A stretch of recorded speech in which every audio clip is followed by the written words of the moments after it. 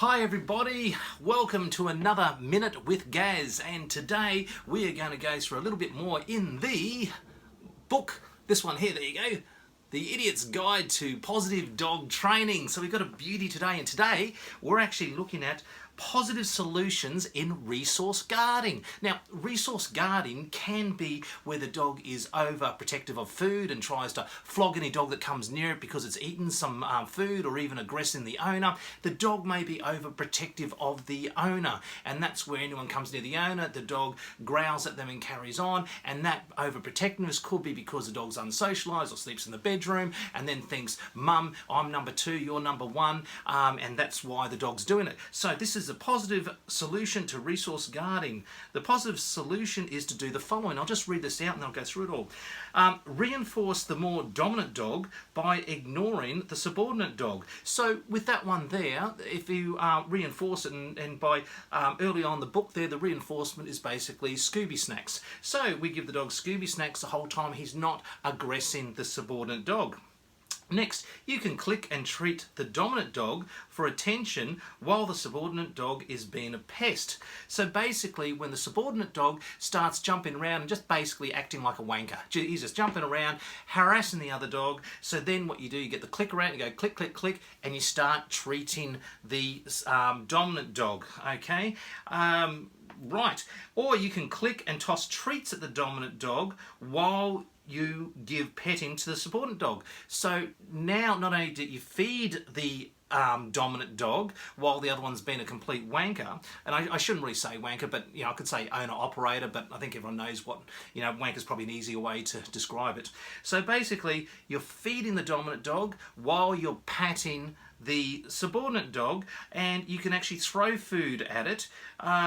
You can toss treats at the dominant dog, but then what will happen is that if you toss treats at the dominant dog, the submissive dog or the subordinate dog is going to chase those treats, and this is what you're trying to fix. The dog's food aggressive, so what you've done is that you've set the dog up for a flogging. Okay, so that's what they say there for number 1. Number 2, reinforce the more dominant dog for allowing the subordinate dog to get attention. So while you're patting this dog there, you're giving treats to the other dog. Okay, so that's how they do that. And when you do that, if the dog is possessive of the person, then you've probably set the submissive dog up or the subordinate dog up for another flogging. So just on these 2 points there, the subordinate dog has had 2 floggings. Right, next step. Reinforce any and all pro-social behaviours such as gentle tail wagging, playing, play bows and mutual grooming. So when the subordinate dog's not being a wanker and the other dog's not attacking it, then you start giving the dog some food treats. So that is step 3. And step 4.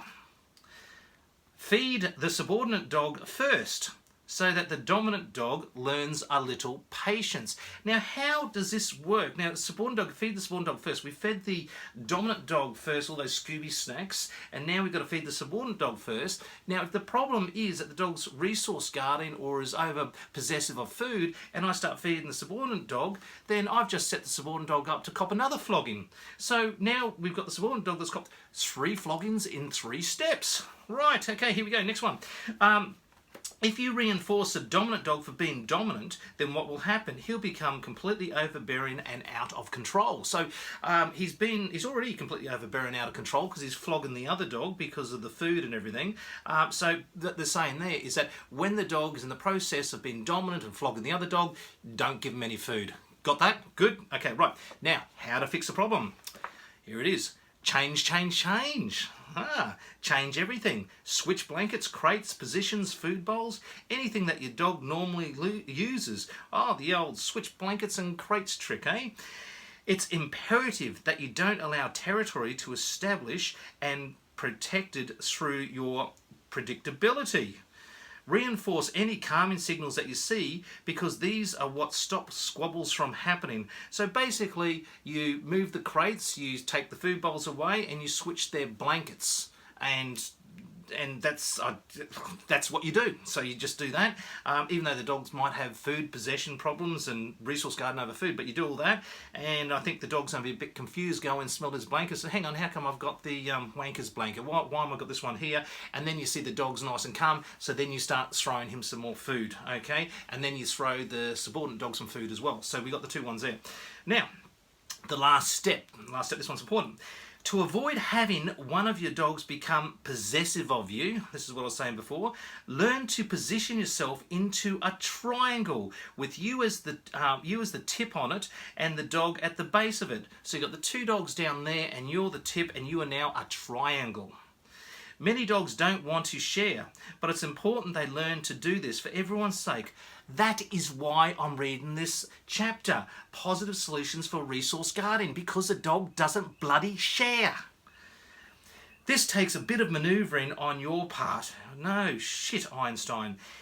Whenever I get a new dog, for at least a month, I make sure I can position myself so that no one is guarding me. So great, not only when you do the heel, you've got to convince a dog that you're not a tree stump, but when you do the jumping up, you've got to convince a dog that you are a tree stump, and then you've got to convince a dog that you're not a piece of furniture, but you've also got to convince a dog that you're a sofa, and now we've got to be a triangle for 1 month. So that's what happens. So that's the entire section on the positive dog training and how to stop resource guarding. And basically, in summary, you throw treats at the dog. You throw treats at the dog when the other dog's carrying on like a wanker.